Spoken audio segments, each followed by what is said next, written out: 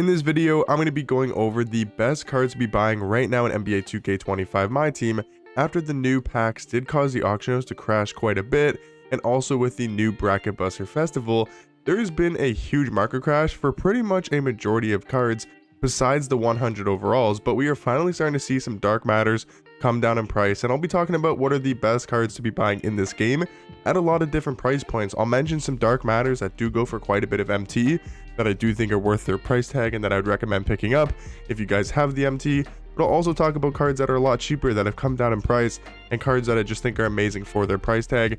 Just going to be a long video going over all the best cards in this game that I do recommend you guys buying. So if you guys want to use this as a guide, if you're looking for budget cards to buy, if you're looking for just normal cards to buy price wise, like maybe 50 to 100k, or if you're looking for more of the more expensive cards, I'll be talking about which ones are the best to buy as well. So we'll go kind of by set here just to make it a little bit easier. And I think in the first Bracket Buster set, I don't know if any of these dark matters are worth buying, just because D-Rob is a little bit overpriced because he recently came out, but I think maybe over the next week or so, if he drops in price, I mean, D-Rob is one of the best power forwards, one of the best big mans in this game, but I don't know if he's worth his price tag of like 1.5 mil, maybe even a little bit more.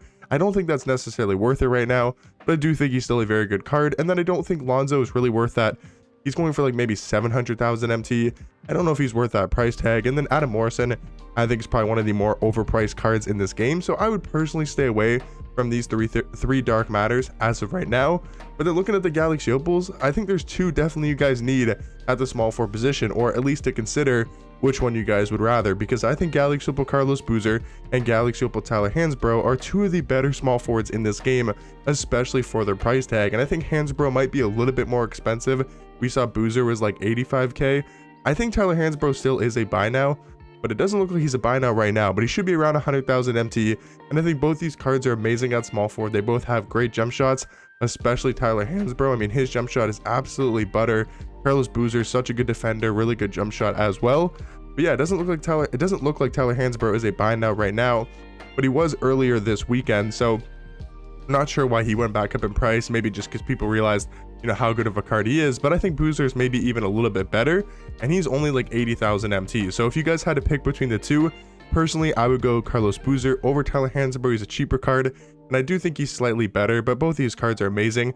Both 6'9" small forwards. Boozer, like I said, has a great jump shot, is a really good defender, 95 block, 98 interior defense. He's also a great rebounder, because both of these cards are naturally power forwards, so their rebounding stats and animations are going to be top tier at the small forward position. So if you guys are looking at this Bracket Buster set and wondering what cards to buy, I would say realistically, the rest of the cards aren't that great in this set. Like, you can maybe consider a Stacey Augment. He's pretty cheap, only you know, under 10k, 6'8" at shooting guard, but I think there's some better shooting guard options that we'll talk about here in a second. So realistically, if I'm being honest, I think Carlos Boozer and Tyler Hansbrough are really only the cards to consider in this Bracket Buster set. I don't think any of these Amethyst cards are all that amazing either, besides maybe Ayo Dosunmu, but I would mainly stay, you know, looking on this page here for Tyler Hansbrough and Carlos Boozer. But going over to the Apex set, I think maybe if you guys wanted that top tier big man, I think Kareem is a better pickup than D-Rob. I think Kareem's slightly better of a card. He goes for cheaper on the auction house. And yeah, I think if you guys wanted a top tier power forward, I think Kareem's the second best power forward in this game behind Shaq. And I think he's on that same level as like a Kristaps Porzingis. If you guys wanted to spend a lot of MT, I think Kareem could be worth his price tag. But again, he does go for like 1.5 mil. But still, I think that's worth it for Kareem if you guys are looking to build like a God Squad, build one of the more expensive teams in this game. And then from the Apex set, a lot of these Galaxy Opals are great buy. Like Ricky Davis, he's gone down quite a bit in price. And with this market crash, a lot of these cards are a lot cheaper. Like Ricky Davis is now what, 60,000 MT, which I think is amazing for his price. Alex Caruso, he's also come down in price quite a bit. He was down to like, I think it was 60k earlier in the weekend, but it looks like he's now about like 90,000 MT, so he's back up in price a little bit. Some cards have rebounded a little bit. The auction house was a lot cheaper on Friday and Saturday, but still the market's down quite a bit overall. So I think from this set, the two best cards are Alex Caruso and Ricky Davis at the Galaxy Opal tier, but I think Jared Wallace is still a great buy. He's a little bit cheaper as well. He's only like 50k, and he's a really good defensive small forward. Like if we take a look at his stats, the defensive stats are elite: 94 block, 98 steal, 97 perimeter, 97 interior defense. So really nice defender, great jump shot, I think he's also a good option at the small forward position. And then I would say out of the pink diamonds, you can't really go wrong with any of them. DeAndre Jordan's good, Brian Scalabrini's good, Darius Miles is solid, Boris Diaw is solid as well. But I think the best pink diamond, and the pink diamond I would definitely recommend, is this pink diamond Kel'el Ware. Now this card again has come down a little bit in price.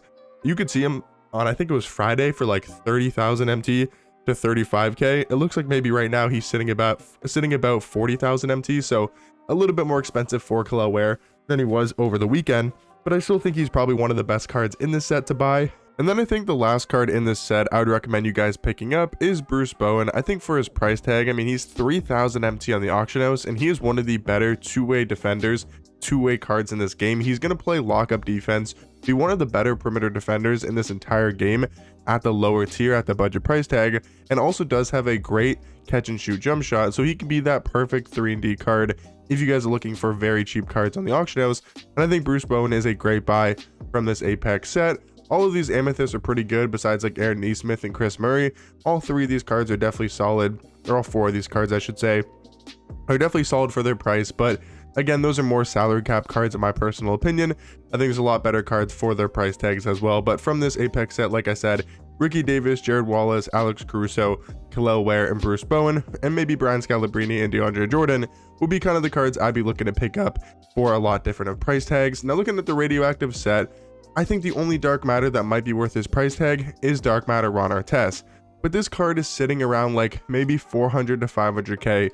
There's one here with some extra Hall of Fame badges going for about 500,000 MT. Maybe he goes for like 550. So I think you could probably get a base Dark Matter Ron Artest for like 500k. And he is a very good shooting guard. I mean, he's one of the best shooting guards in this game. I mean, take a look at those defensive stats: 99 steal, 99 perimeter, 98 interior defense, 98 block. He's one of the best on-ball defenders in this game.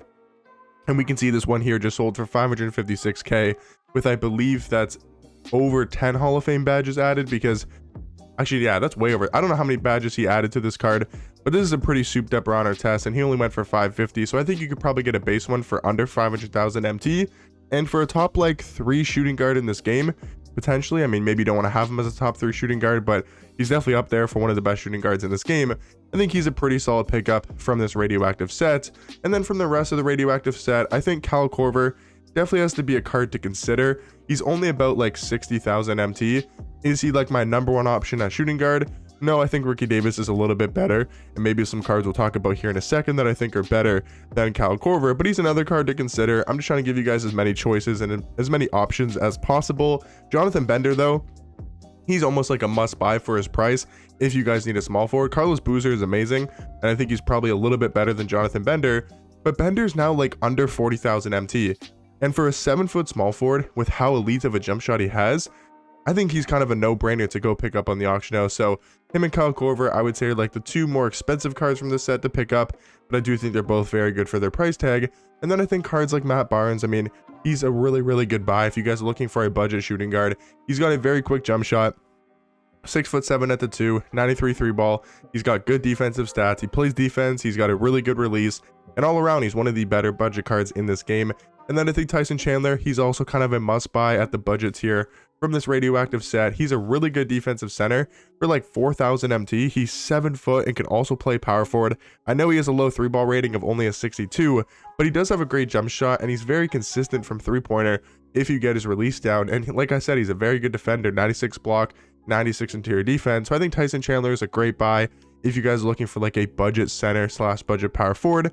And then from the Amethyst, I think DeLon Wright and Tamari Kamara, I think both of these cards are very good for the Amethyst tier. Really good salary cap cards, but can also play on your competitive teams as well at the Amethyst tier. So those are kind of all the Radioactive cards I'd be looking to buy right now. From the Inevitable set, I don't think any of these Dark Matters are necessarily worth it. I think Chet's a little bit overpriced. I think LaMelo is definitely overpriced for how good he is, and I would stay definitely away from Lamar Odom. So none of these Dark Matters really move me.